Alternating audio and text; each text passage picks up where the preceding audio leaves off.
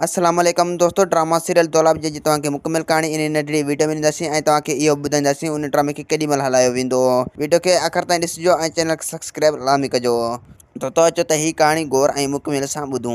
दोस्तों जेको आज़म मेघल आहे उहो मैदान ते अची चुको अथव। उन जी हवेली जी जेको ड्रामो आहे उन ते उन जी शूटिंग हली रही आहे ऐं उन जी शूटिंग उहा ख़तमु थींदी त पोइ इन जी वरी दौलाब ड्रामे ते शूटिंग शुरू थींदी ऐं ॿिया जेके बि सीन हुआ उहे उन्हनि करे छॾिया।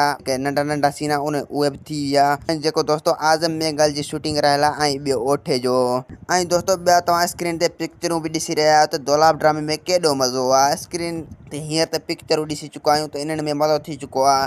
तव्हांखे इहो ख़बर आहे त तव्हां ड्रामो ॾिसंदव त तव्हांजो कहिड़ो हाल थींदो दोस्तों। इंशाअल्लाह तव्हां बि ख़ुशि थी वेंदव। दोस्तों माशाअल्लाह दौलाब ड्रामो सभिनी ड्रामनि खां भलो आहे। तव्हांखे अॼु हीअ असां कहाणी मुकमिल तरीक़े सां ॾींदासीं त वीडियो खे आख़िर ताईं ऐं चैनल खे सब्सक्राइब लाज़मी कजो। दोस्तों जेको दौलाब ड्रामो आहे उन जी पहिरियां 3 टीज़र ईंदा। टीज़र खां पोइ उन जी प्रोमो ईंदी। प्रोमो मां पोइ उन जी एपिसोड ईंदी।